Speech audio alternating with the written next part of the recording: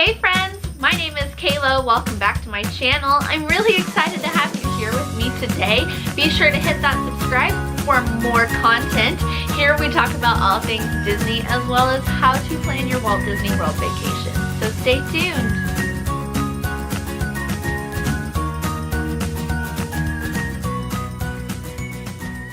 So last time we talked about how to start planning your food budget for your Walt Disney World vacation. If you missed that video, I'll go ahead and I'll put a link up above, so be sure to check that out before you watch the rest of this one. Today we're going to talk about the Disney dining plan and whether or not this is going to be worth it for your family.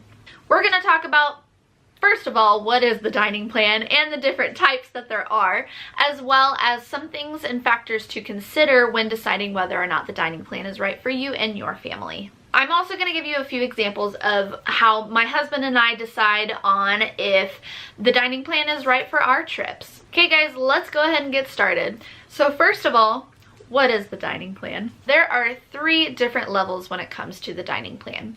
The first level is called the quick service dining.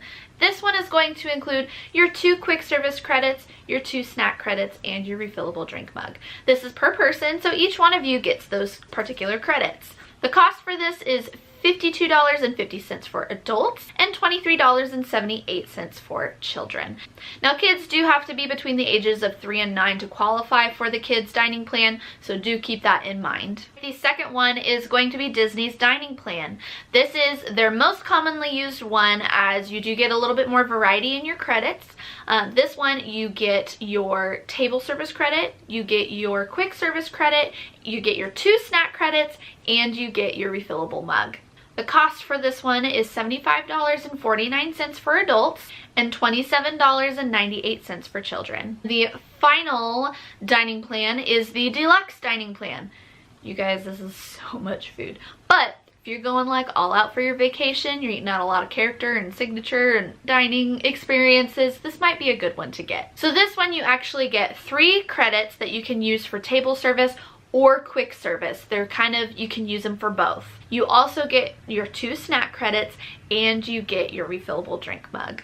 Alrighty guys, get ready for this price tag. So this dining plan costs $116.25 for adults and $43.49 for children. Now when counting up how much the dining plan is going to cost for your family, a few things to consider. This is per person per night of your stay, not per day.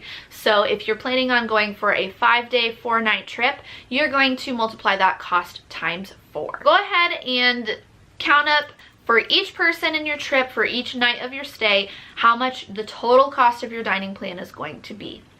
Then you're going to take that number and you're going to compare it with your cash number that you came up with in the last video. So now we're going to talk about just a few things to consider when you are looking at which is going to be better for your family. First of all, compare those 2 numbers, and if the dining plan number is way below your food budget, the dining plan might be a really good option for you. Are the numbers about the same? Well, this is where these tips are going to come in handy. The first thing you want to consider is how much food does your family eat? Does everyone in your family tend to get their own meal? They get a lot of food, they get their own drink, they eat a lot of food. If so, the dining plan might be a good option because then everybody has the flexibility to get what they want. But if your family is on the other side where you guys don't eat a lot and you maybe are more snackers and light bites versus sit down heavy food, then maybe paying with cash or even just getting the quick service dining plan might be a better option for you. The dining plan is a lot of food. No matter which one that you get, it can be a lot. So definitely think about if your family is going to be able to eat all of the credits, or at least mostly all of the credits on that dining plan before you choose to go with that. Does your family eat at a lot of table service, signature dining, or character dining experiences? If so, the dining plan might be a really good option. However, something to consider is that signature dining and character meals do require 2 table service credits. So if you're planning on eating at a lot of these, you want to make sure you at least have the dining plan, or maybe even think about doing that deluxe dining plan. That way you have those few extra credits to be able to have those dining experiences. Another thing to consider is the items that are not included in the dining plan. This is going to include a lot of your alcoholic beverages that are not like during your meal, as well as gratuities. So gratuities is something a lot of people forget about. Again, this is not included in your dining plan, so you do need to make sure that you have an extra budget for those items. Another one to consider is if there is someone in your family that has dietary restrictions.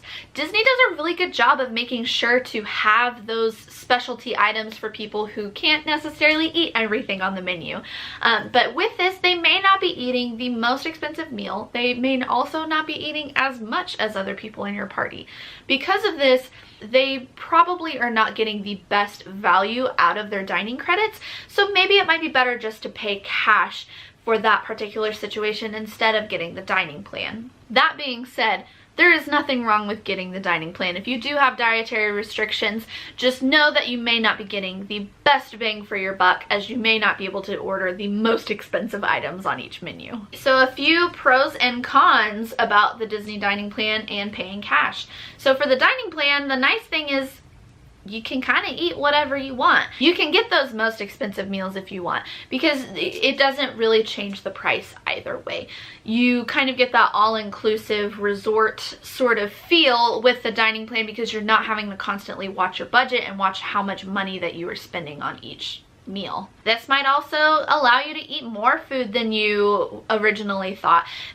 Sometimes with your cash budget, you can be a little more limited. You may not be able to have as many snacks that you wanted just because it doesn't quite fit in the budget, but because with the dining plan you are basically guaranteed those credits, you might get to eat all kinds of things while you're at your trip. Now, a big con to this though is that sometimes it is too much food. If you're not a big eater and you're more of a snacky kind of person versus a big heavy meal, you may not be getting the best value. You may also be wasting some of your credits.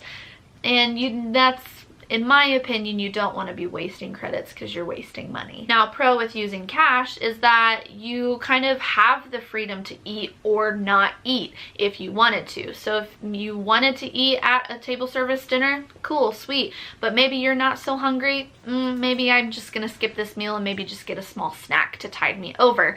You have that flexibility and you don't have that guilt of, oh no, I'm not using all of my credits. The nice thing with this too is that everything is all budgeted in one account. You don't have to have your dining plan, and then you have to have your gratuity budget, and then you have to have your extras budget and all of that. It's just all in one thing, all one pile of cash basically.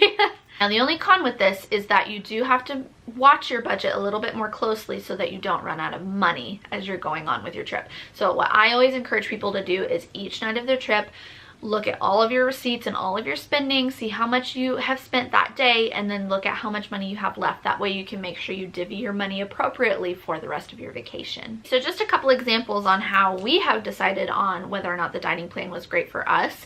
The first one is for our 2017 trip, they actually did have the free dining plan option available. However, we chose not to do that and to instead use the room discount, as we were getting a Savannah View room at Animal Kingdom. So the reason we didn't do the dining plan, we were eating at some expensive restaurants that were not included in the dining plan. So we went to Victoria and Albert's, which is very expensive, very highly rated, but of course we wouldn't be able to use our dining plan. So that was already one big meal that we were not going to be able to use a credit for. We also were planning on spending a lot of time in Epcot at the Food and Wine Festival, and we didn't really have any reservations, so we really were just going to be eating at those food booths. Now, we could have used those, traded those credits in to get snacky things and whatever, but it just, when we were adding everything up, it didn't really make sense for us to get the dining plan and then also budget for all of these other things. It was just easier for us to just say, no, we'll just pay for it out of cash. That way we have that flexibility and we aren't having to keep track of a bunch of different things. For this upcoming trip, it's a little bit different case. We are going for a shorter time, so we actually do not have any dining reservations. We are really just wanting to save some time and not have to sit down and spend all of that time with that, and instead just eating at some quick service, eating some snacks, and just kind of being able to spend time in the parks. So we are actually doing the quick service dining plan for this trip. I am really excited. It's kind of an experiment. I want to see how much money we actually do save for that. So be sure to subscribe to this channel because I am going to have a video after our trip in May on how much money we did or did not save by using the quick service dining plan. Sweet, sweet. Well, that is pretty much it. So I really hope that that was helpful for you guys. I know there is a lot of things to consider when choosing whether or not that dining plan is a good option or a bad option. If you guys love the dining plan or you maybe are not crazy about it, please leave a comment down below and let us know why. I know that that is always helpful to a lot of our friends as they're trying to plan their own trips. Also, please make sure you do like this video and please do subscribe to my channel as we have so much fun here. And please do make sure that you hit that little bell notification next to the subscribe button. That way you are notified every time a new video is posted. Alright, well that was the end of our series. I hope that that was a really helpful tool for you guys and I'm excited to see what else we come up with. So we'll see you guys next time. Bye!